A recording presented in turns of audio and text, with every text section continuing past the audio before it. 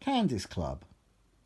When I moved out of Church Square, I said, Ben, this means you'll be moving too. So what Ben decided would be best for him to go and do was to go and move to Maidstone, to live with Martin's brother Chris. And in the meantime, I'd got a job, which turned out to be this.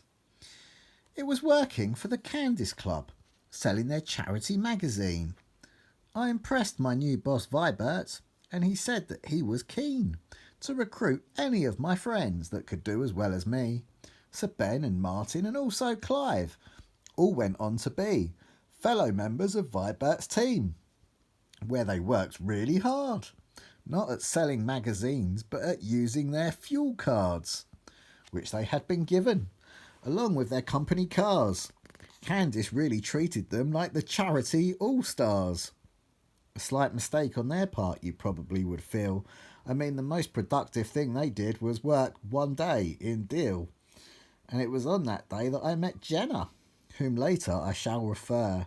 But you can read about her in a bit, because I think I would prefer that for now you read about the Candice Club, my present-day employers, who had decided they'd investigate mine and Martin's deals with lawyers. This was due to us inventing customers to hand in willy-nilly, then adding made-up bank details, which was, in hindsight, rather silly. The Candice Club suspended us, but we were happy to be suspended, because we had got another job, even though this one hadn't ended. Power genitals. The new jobs that we had got were jobs at Power Gen, because we'd fancied knocking doors in the electric game again. It was Andy Marsh, the paedophile, that helped his old N-Power team all get jobs at Power Gen. But he probably didn't dream for 1 minute after doing it that Power Gen would say, Andy, we don't want you, but your sales team can stay. And who had pulled the master stroke to get Andy's team on board but that Kettles guy from N-Power, who had sacked us all for fraud? And Kettles' mate, Owen, from N-Power, weren't at N-Power no more, because he'd replaced Vibert at Candice Club, who'd been kicked out of the door because of his dodgy sales team, who he'd recruited because of me. Meanwhile, Owen, now boss of Candice Club, was quite surprised to see that in front of him, on his books, was mine and Martin's names, currently under investigation on fraud charges once again. So when he phoned his old pal Kettles to tell him of the news, he found we worked for Kettles too, which got both of them confused. "I don't know what you've been up to," asked Kettles, but you better hide your tracks. The first thing you boys need to do is resign from Candice Club by fax. Otherwise Power Gen won't give you contracts because you got 2 jobs. You boys now fucking owe me, so just make sure you shut your gobs.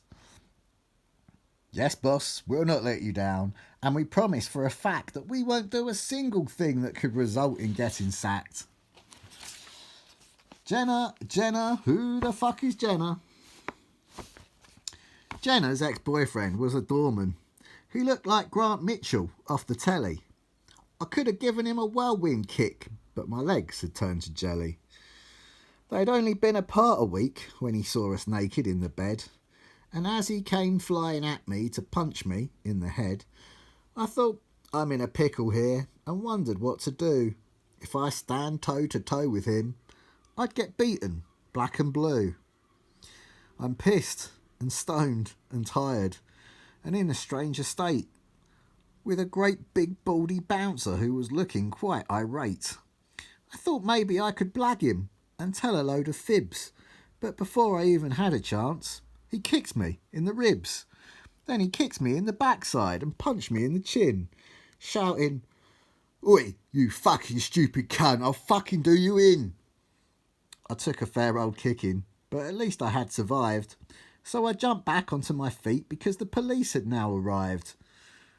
Now, a normal average person with a normal frame of mind would have dumped the girl who caused all this and left her well behind. But I'm not an average person, and I don't think sensibly, so I went out with the girl in question, then moved her in with me,